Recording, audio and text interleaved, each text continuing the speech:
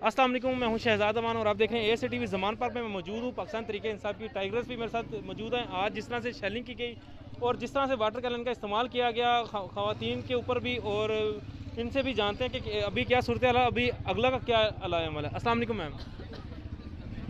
वालेकुम अस्सलाम। मैम, अभी जो सुबह से जो सूरत हाल देख रहे हैं 2 बजे जिस तरह पुलिस ने बर्ताव किया ख़वातीन के साथ, बच्चों के साथ, बूढ़ों के साथ, क्या कहेंगे आप? सबसे पहले तो मैं पूरी कौम को जगाना चाहती हूँ कि 70 से 75 साल हो गए हैं, हम लोग ब्लडी सिविलियंस हैं, ठीक है।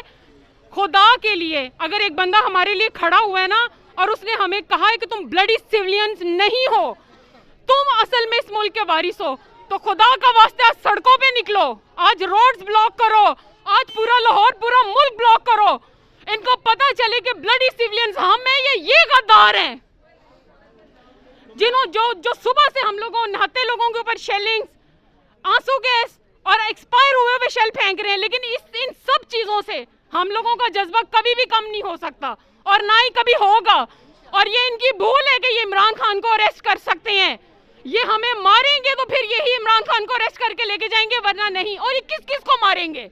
ये मुझे मारेंगे, ये इन लोगों को मारेंगे, ये इमरान खान को मारेंगे, ये 22 करोड़ अवाम को मारेंगे, ये किस किस को मारेंगे? ये इनकी भूल है।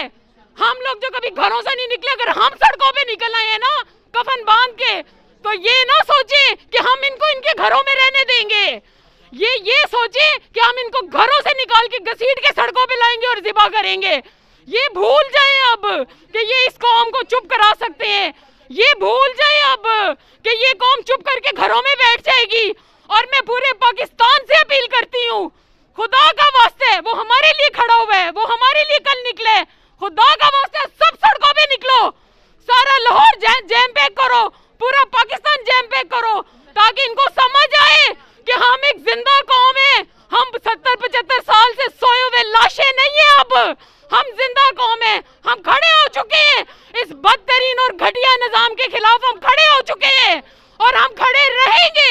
हम मरेंगे तो हमारे बच्चे खड़े होंगे, उन्हें मारोगे तो उनके बच्चे खड़े होंगे।